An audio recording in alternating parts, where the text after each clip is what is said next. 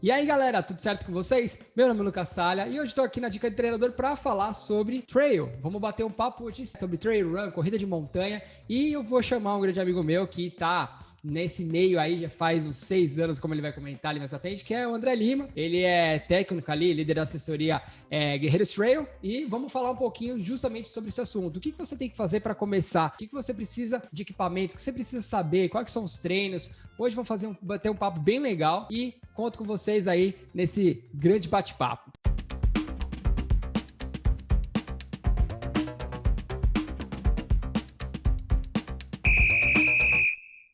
E eu não posso esquecer de pedir para vocês deixarem aquele grande like aí, se inscrevam no canal, galera, deixem o seu comentário, quero saber o que vocês acharam do vídeo e aproveite o bate-papo, bora lá!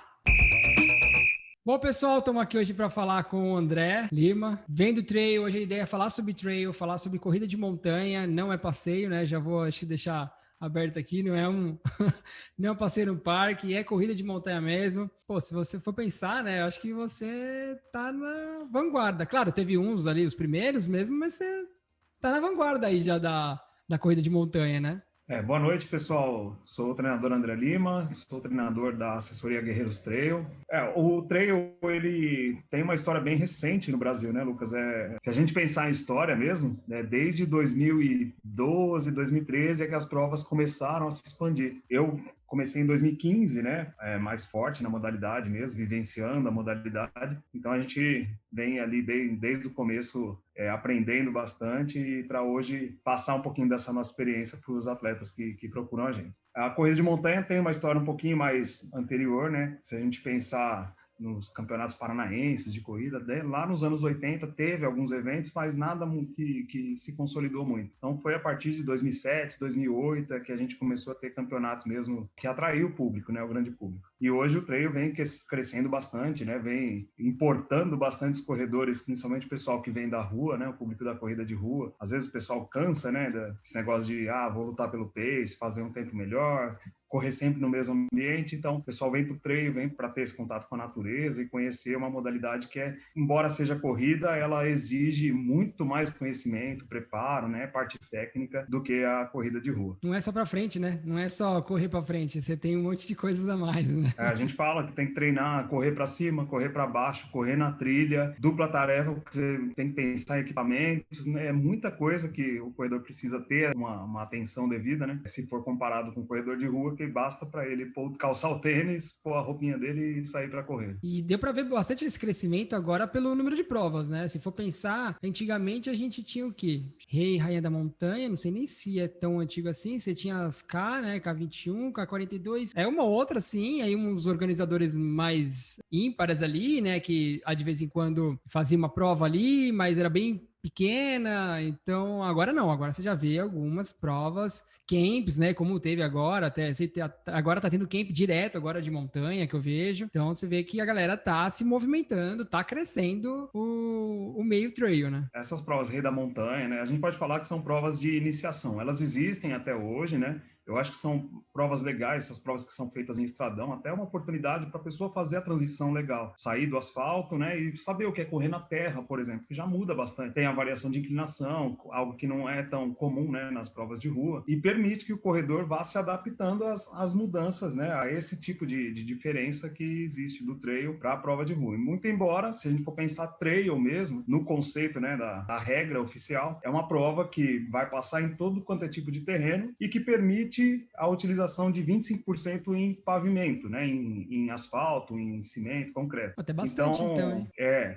Então, ele é bem abrangente, então é fácil hoje uma prova se dizer trail. Muitas provas aí que são só de estradão, muitas vezes ela vai falar que é uma prova trail porque ela cai dentro desse conceito. Mas dentro da comunidade a gente tem uma subcultura, né, de reconhecer aquilo que realmente é uma prova trail, né, com trilhas de verdade, e provas de estradão que estariam mais caracterizadas como uma corrida de montanha. Só que se a gente pensar numa uphill, por exemplo, a gente poderia quase falar que ela é uma prova de montanha. O único problema dela é que ela é totalmente em asfalto. Se não tivesse asfalto ali, né? Se fosse antigamente, né? Que devia ser terra batida lá, seria uma prova de corrida de montanha, né? Ela ia ser uma corrida de montanha, ela poderia ser até uma corrida trail.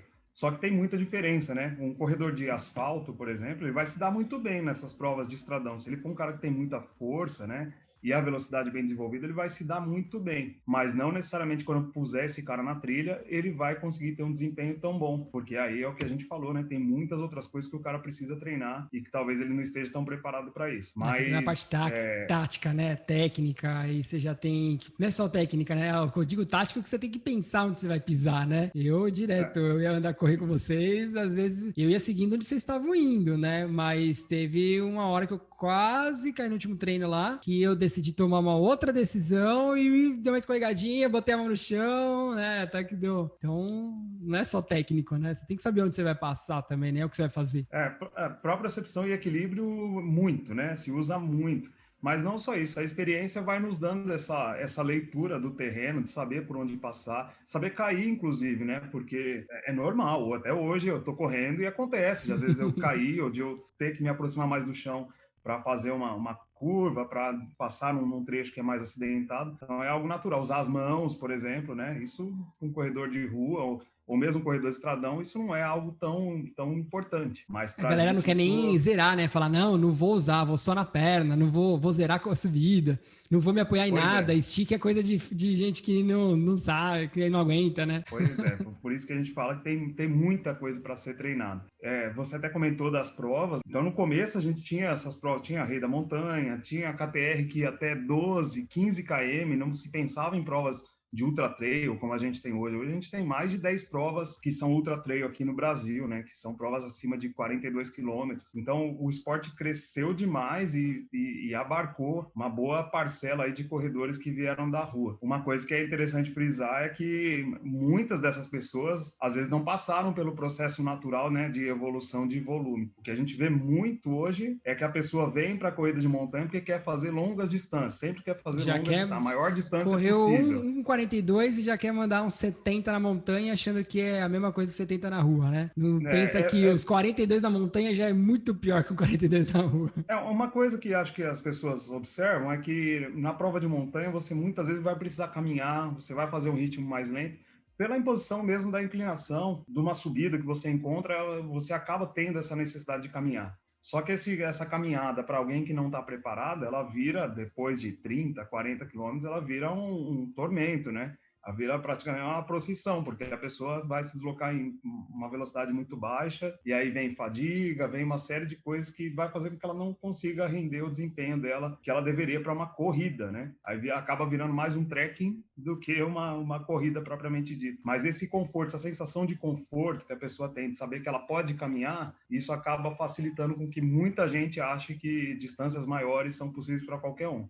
E não necessariamente isso é verdade, né? Porque a gente sabe que o corpo precisa ter as adaptações necessárias por longos períodos para que a pessoa consiga correr, né, em distâncias tão grandes. Eu também, uma coisa que eu percebi, né, até que você comentou aí da anda e para. No último treino que eu fiz com vocês lá, você tem esse outro diferencial, né? Não é assim, eu vou andar e vou parar.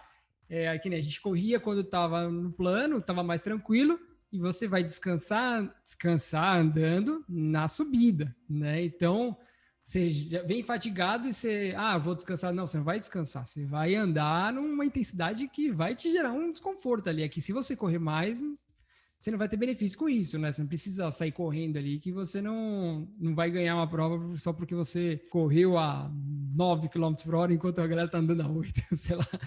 Mas eu vejo que, tipo, esse diferença não é um caminhar que igual o pessoal pensa que, eu vou andar numa prova, vou andar...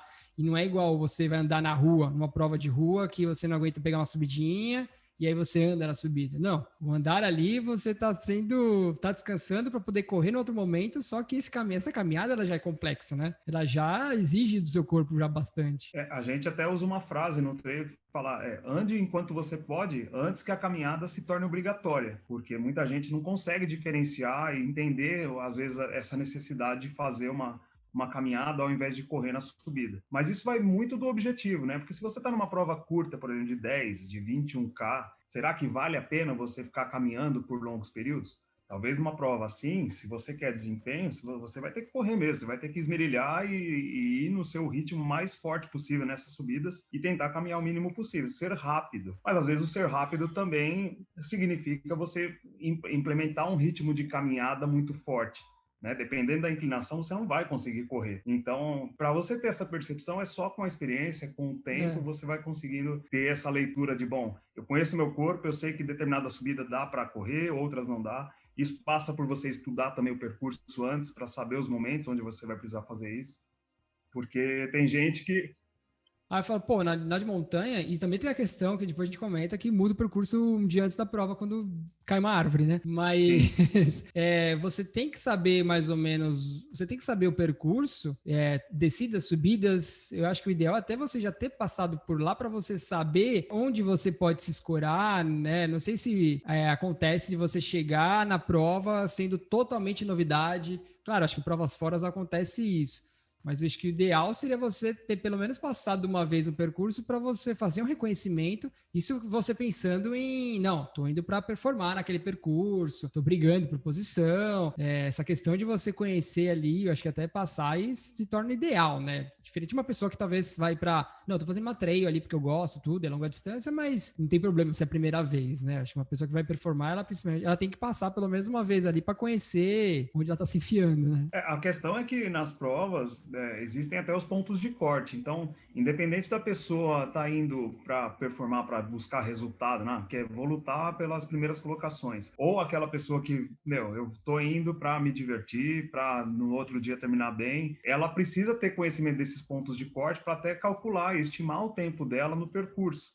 E isso passa por fazer uma boa leitura e conhecer aonde ela vai passar, né? Saber se uma subida, por exemplo, é em estrada ou trilha, porque isso já altera bastante a velocidade que ela vai conseguir implementar. Na estrada é muito mais fácil de subir do que numa trilha técnica. A descida é a mesma coisa. Às vezes a pessoa vê lá, mas tem um descidão depois. Uma descida cheia de pedras ou muito escorregadia, a pessoa não vai conseguir colocar velocidade lá. Então não adianta nada também, ela precisa ter essa percepção. O que eu geralmente faço com os alunos é tentar levá-los ao local onde vai ser a prova, né? Num período ali de 1 mês, 3 semanas antes, para que eles façam esse reconhecimento. Nem sempre é possível, às vezes é uma prova muito longe, ou às vezes é uma prova que a gente já fez em outra ocasião, então já se tem uma noção de como é o percurso, a gente acaba não fazendo isso. Mas as provas mais próximas, provas menores, que são aqui na nossa região, a gente tenta levá-los justamente para que eles tenham essa leitura antecipada, para que eles conheçam o percurso, e aí a própria questão de você mentalizar o que você deve fazer nesses trechos torna a sua aventura bem mais fácil, né? Torna o percurso menos desafiador do que seria quando você não conhece nada.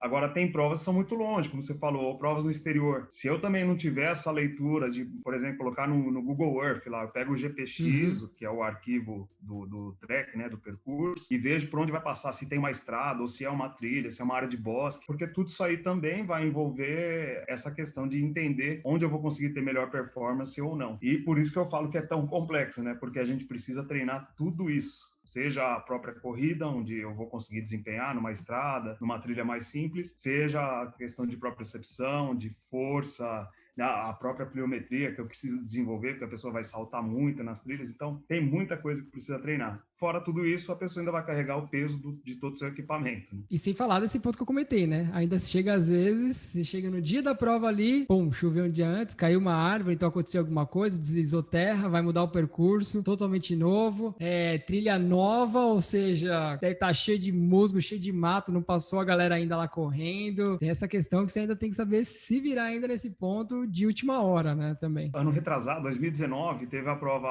a La Mission, né, na Serra Fina, e o percurso era de 50 quilômetros, ia ser em forma de circuito, estava tudo certo. No dia anterior, o dono de uma propriedade falou, não vou autorizar passar aqui, se vira, e proibiu a passagem. Eles mudaram o percurso, aí teve um trecho lá, que era o trecho mais difícil da prova, que era uma trilha, onde subia a mais de 2.000 metros de altitude, saía de 900 e ia quase a 2.000 e descia para o outro lado da cidade. E aí eles fizeram um trecho trecho de bate e volta nessa trilha. Então, as pessoas faziam 2 vezes esse mesmo trecho, né? Sobe de um lado, vai pro outro e voltava retorna. e fazia de novo. Isso é louco. E a prova saiu de 50, passou a ter 62 quilômetros. Então, olha a diferença. Se a pessoa não tiver bem treinada, ou se ela só treinou para correr 50, ela provavelmente vai sofrer demais, né? Tem essa questão, né? Se aumentar a distância, pô, 10K, dobrou o percurso, dobrou a altimetria, né? Porque se essa daí era a maior subida, você praticamente dobrou não, mas botou uns 30% a mais aí do que você tinha de altimetria. Então, uma prova,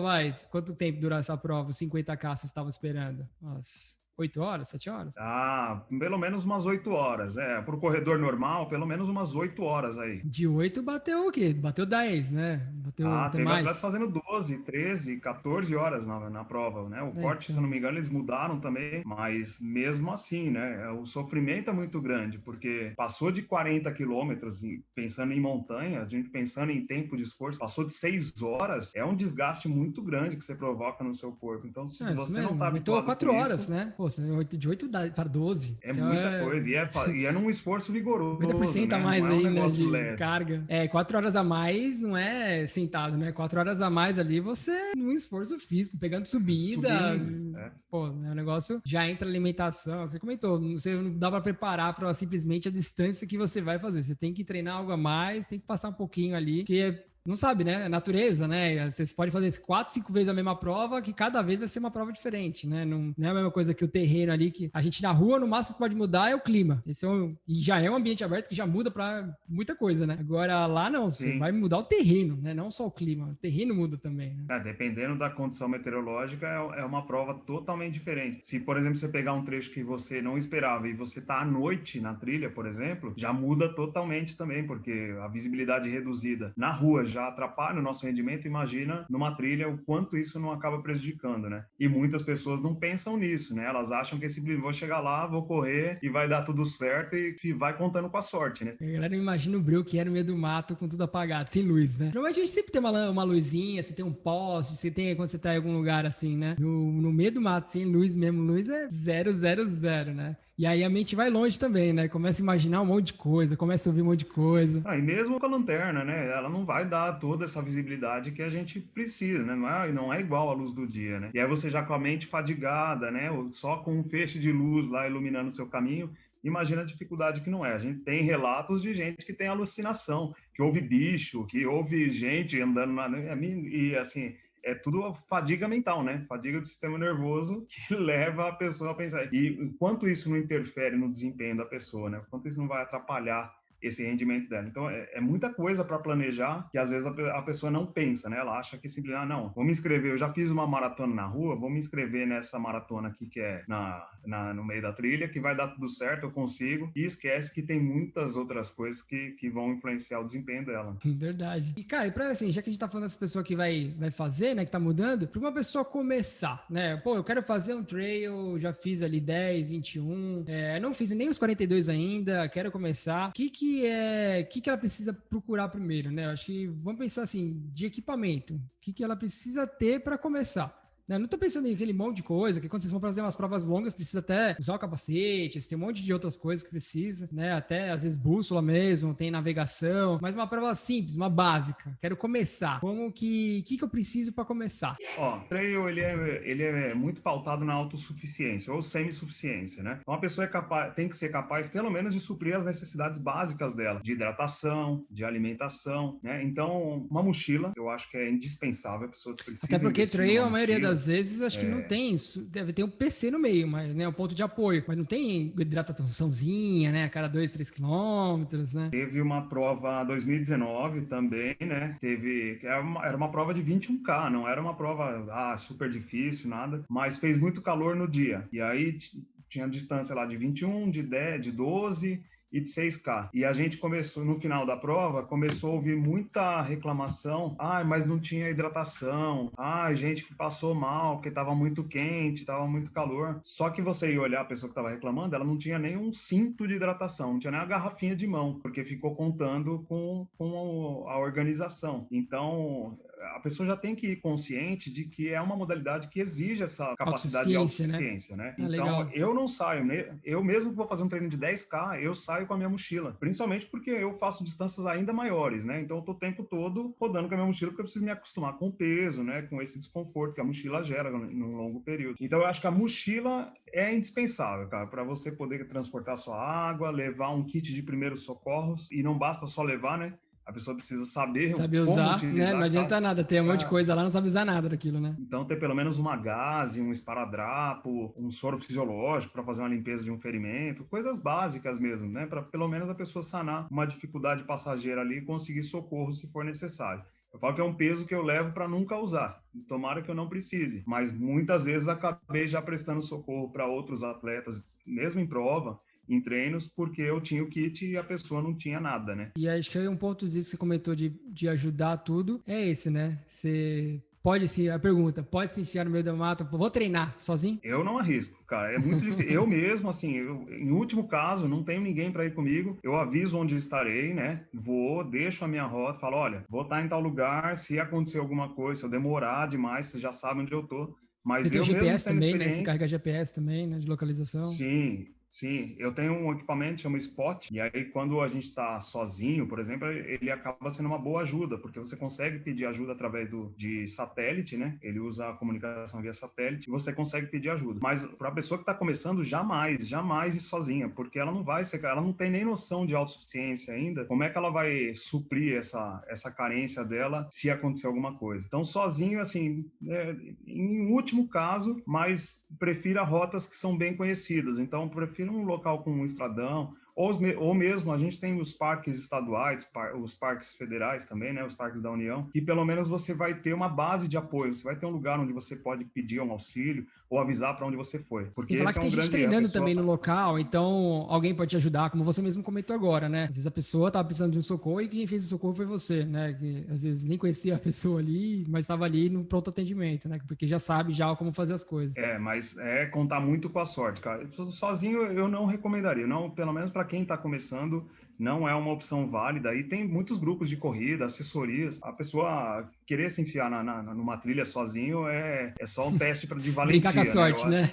É brincar com a sorte. Não vale a pena. Vai tornar a sua aventura, às vezes pode tornar a sua aventura algo perigoso para a sua integridade física ou até para a vida, né? Então, é besteira. Aí, complementando, né, os materiais que a pessoa precisa, eu acho que levar um aparelho de comunicação, seja um celular, né, ou mesmo esse equipamento via satélite, um aparelho que, caso aconteça alguma coisa, você consiga se comunicar com alguém para avisar, né, seja um acidente ou seja uma demora que você vai ter. Então, a comunicação também é muito importante. Isso daí que você até comentou, né, do rádio e tudo. E você tem que pensar outro ponto, né? Muitas vezes onde você vai não tem sinal de celular, né? Não, a maioria dos lugares geralmente não vai ter. Se a gente pensar em montanha, principalmente alta montanha, o sinal de celular não vai pegar. Uma opção que eu sempre dou para os meus atletas, né, e para os praticantes da modalidade é usarem o SMS, ou mesmo tentar fazer uma ligação, aí buscar um ponto mais alto, porque ele usa a rede 2G. E aí a pessoa, de alguma forma, vai ser mais fácil ela conseguir um sinal de rede, né, para mandar um SMS, do que para usar um WhatsApp, por exemplo, ou usar outro tipo de comunicação. A rede 2G é mais fácil. Então a pessoa às vezes fica tão presa no WhatsApp, né, não quero pensa que a gente comunicar. Tem mensagem de graça hoje em dia, né?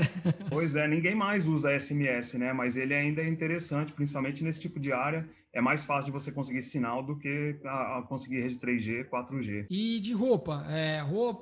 Eu lembro que quando eu fiz umas caminhadas no meio do mato lá, e o pessoal, não, você tem que usar sempre roupas claras, que se alguém for te precisar fazer um socorro, ele consegue te enxergar. Qual que é a recomendação nesse ponto? E o tênis, né? Eu sei que dá pra você começar com um tênisinho mais simples mesmo, ir para um estradão de terra, igual você falou. Muitas vezes você não precisa de um tênis trail, né? Você pode ir com um tênis... Se tiver ali, é só batidão, não tem tanta subida, dá pra você fazer. Claro que você pode ali se escorregar e tudo mais, mas dá pra fazer, né? Dá pra você sentir, igual você falou. Mas aí quando você já pega uma trilha, já tem uma provinha um pouquinho mais complexa, aí já vale a pena já investir no trail. E hoje em dia, pelo menos, não é só um modelo que a gente tem, né? Um ou dois, né? Existe agora um pouco mais, pelo jeito. Antigamente, né, lembra? Só tinha dois, né?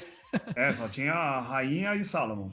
Ou Rainha não, o Adidas e a Salomon. Adidas e Salomon. Hoje tem uma série de marcas aqui no Brasil, embora o Brasil ainda é um mercado muito pequeno, então a gente não tem uma grande variedade. É o que você falou, às vezes a pessoa vai correr só num estradão e tudo mais, dá para correr com tênis de rua, mas dependendo da distância que ela for fazer, só a questão de ter pedras no chão pode incomodar bastante, né? Então precisa ter um cabedal um pouquinho mais reforçado, porque chuta uma pedra para você ver se vai doer o seu pé ou não. Imagina você chutar várias pedras durante o seu treino, né? Que seja 10K ali chutando pedrinha, uma hora isso vai incomodar.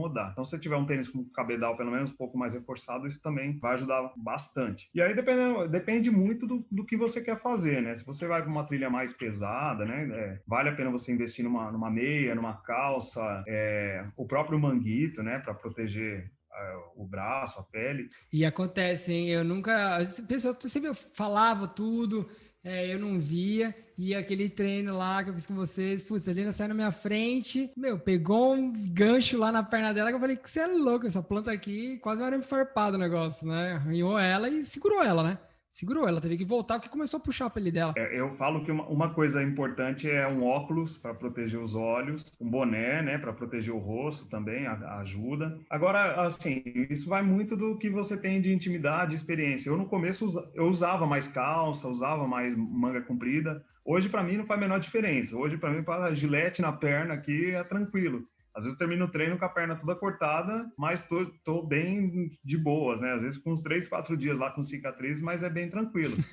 Mas eu sei, principalmente as mulheres têm cuidado maior até com a questão estética mesmo da perna, não vai querer ficar passeando com a perna toda cortada, né? Então vale a pena investir no meião, por exemplo, ou correr de calça, e sempre tecido respirável, né? Não vai correr de calça de moletom, né? Então tecido de corrida mesmo. Hoje tem uma variedade muito grande nas grandes lojas de departamento. Uma coisa que é importante também é ter pelo menos um corta-vento, né? Se possível, impermeável, porque a gente pensar em provas de montanha mesmo, o clima varia demais, ele pode muito, mudar, né, de uma hora para outra. Se você não tiver o mínimo ali de proteção, principalmente para manter o calor do corpo, isso pode colocar em risco até a sua vida, né? As provas, eles já exigem, na verdade, né? Dependendo da prova, eles já exigem algumas coisas já, né? Quando a gente pega regulamento das grandes provas, tá lá nos equipamentos obrigatórios, né? O corta-vento, calça, a segunda pele, o buff, touca.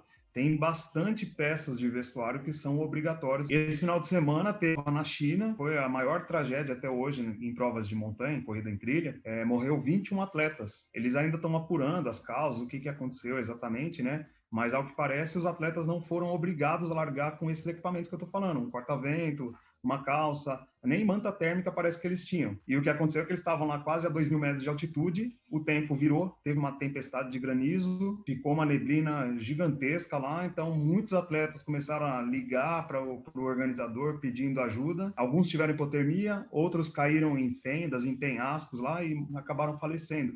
Foi um evento bem trágico, né, que ocasionou uma fatalidade. Foi o maior, né? Foi o maior. A gente estava conversando antes aqui, foi o que mais absurdo que aconteceu até hoje, né? Na história não se conhece outro evento tão fatal assim como foi desse final de semana. E, assim, pelo que a gente vê, o indício é que eles pecaram no básico, né, de não exigir esses equipamentos. Os atletas já estão acostumados, principalmente o pessoal da elite. Quem morreu lá foram os primeiros colocados da prova, não atletas de elite. O atleta melhor ranqueado lá na China está entre as vítimas fatais. Então, eles estão acostumados a carregar esse tipo de equipamento. Mas se a prova não exige, às vezes aquela cabeça, né, de pensar em desempenho só, né? Não, se eu vou levar menos equipamento, vou ficar mais leve. E não era uma prova muito difícil. Eles até largaram com sol no dia, né? Lá é primavera agora na China. Só que é o que a gente conversou agora, né? É o ambiente, é clima, o clima muda. Tem até aqui, né, o Ultra dos Perdidos, né, os 40, 45, agora não lembro agora, a Ultra dos Perdidos aqui, que é justamente isso, né, você tem essa situação e a montanha pode simplesmente mudar lá em cima, sempre muda, né, teve até um ano lá que choveu e virou prova de 10 quilômetros. Foi em 2016, eu tava nessa prova, inclusive. Eu tava inscrito, eu não fui de última hora e eu falei, nossa, ainda bem que não... Ainda bem que você não foi, que você não deu viagem perdida, mas pra mim foi a decisão mais acertada, cara, porque porque por mais que eu tivesse puto lá, porque eu paguei, né, viajei... Choveu muito mesmo naquela vez? Choveu a noite toda, e assim, temporal, não foi chuvinha, garoa, nem nada, foi chuva muito forte. Eu acho que é uma decisão que ninguém quer tomar, né? Nem o organizador, nem os atletas querem que seja uma decisão tomada, mas a gente tem que entender, porque quando a gente vê um evento como o de ontem, a gente começa a entender por que determinadas coisas acontecem. Tanto é que no ano seguinte eu fui lá, aí eu dobrei a distância, eu ia fazer 45, só fiz os 10, assim, esses 10 nem valeram para nada, né? A prova, na verdade, foi cancelada, mas foi a melhor decisão que tinha que tomar mesmo, porque não podia colocar a integridade dos atletas em risco. Aí no ano seguinte voltei lá, dobrei a distância, fiz o 105K, foi minha primeira ultra, aliás, e para mim valeu muito a pena, cara. Eu terminei feliz e terminei também os 10K lá quando fiz, sabendo que foi uma decisão acertada. E hoje eu tenho mais consciência disso, né? Vendo a repercussão que uma tragédia dessa pode causar. Aí você vê, né, o que às vezes o pessoal fica, não, eu quero fazer a prova, é frescura. Aí quando um organizador pensa dessa forma, às vezes nem pensou, né, simplesmente largou e o clima mudou mesmo. Mas se você acha que sempre é frescura, você viu o que pode acontecer, né, porque o clima mudou, mas e se fosse uma prova que alguém vai lá e fala, não, pode rodar, continua, que não vai dar problema, né, toca aí. E aí a gente tem um exemplo aí do que pode acontecer, né? Infelizmente. São clientes, na verdade, né? Então, eu tenho que me preocupar principalmente com a integridade dele. E, André, como começou aí você no meio da corrida de montanha, né? Como você começou aí na corrida de montanha? Da onde que saiu? Como que você entrou? Porque eu vou dizer que quando eu lembro ali, você já estava no processo, você já estava ali se enfiando no meio do mato, já estava fazendo ali os treininhos e tudo mais. Onde foi que você virou a chave aí para o trail? Eu vou te falar que nem de corrida muito, eu fui fã a minha vida toda, né? Mesmo durante o curso de educação física, eu estava indo para outra área, né? Eu cheguei a estagiar com futebol, estagiei com musculação, até que eu entrei na Lobo Assessoria, e dali eu comecei a conhecer as provas de corrida de montanha, né? Não eram ainda provas trail. Fiz o meu primeiro Rei da Montanha e comecei a gostar. Falei, nossa, meu negócio é diferente aqui, mais desafiador. E aí fui conhecendo as provas em trilha também. Eu não sabia que tinha corrida em trilha. Eu, quando era moleque, eu me enfiava bastante em mata, assim, para brincar, né? Ia pro interior, brincava com a molecada, mas sempre gostei de mato, não para fazer corrida nem nada. A gente fazia por molecagem. E quando eu vi que tinha a possibilidade de praticar uma modalidade dentro da trilha, isso para mim saltou os olhos, né? Encantou. E como eu conhecia bastante trilha aqui na região do ABC, eu falei, bom, vamos tornar o útil ao agradável, né? E aí comecei a convidar o pessoal para, bom, tem umas provas em trilha, eu conheço algumas trilhas, vamos começar a correr nas trilhas que eu conheço aqui. E o negócio tomou uma forma tão grande, né? Tão legal que virou sucesso e a gente foi ganhando alunos, foi ganhando a confiança do pessoal e a gente foi adquirindo muito conhecimento, né? Fui me envolvendo com os treinadores, né? Me especializando. Que antes era só um treininho, aí depois começou que nem hoje em dia você vai lá com o pessoal, sobe, mostra como, eu já vi você postando vídeo explicando como que desce, todo mundo olhando ali de perto e você descendo, mostrando as descidas, já ficou um pouquinho, antes era corre no meio do mato, agora não, agora já explica a técnica antes de se enfiar, já tenta melhorar, né, faz os treinos mais específicos ali, não é só, vamos sempre fazer a trilha e vou sempre lá no final e volto, não, às vezes vocês param agora no meio, explica, vai ver, não sei se vai e volta várias vezes no mesmo percurso. Sim, no começo, cara, não tinha... A gente fala que o trail é uma modalidade muito nova, né? Nem estudos. Então, eu acho que não tinha metodologia, né, de treinamento para isso, né? Não tem. Como eu venho batendo, né, na mesma tecla, falando, tem muita coisa para ser treinada. E não existe, até hoje, ainda é bem escasso a quantidade de estudos se a gente for comparar com uma corrida de rua. Então, a gente veio crescendo e ganhando informação da modalidade, assim como a própria modalidade, né? Uhum. E no começo era bem isso mesmo, era levar o pessoal para a trilha, para correr, mas ainda não tinha, era muito empírico, né? Era daquilo que eu vivenciava e eu trazia para os alunos. Hoje não, hoje a gente consegue ter um embasamento científico muito maior, né? E aí treinar essas necessidades, né? Subir, como descer, como usar um bastão, como usar um kit de primeiros socorros, de que forma transportar mochila, que peça de vestuário usar.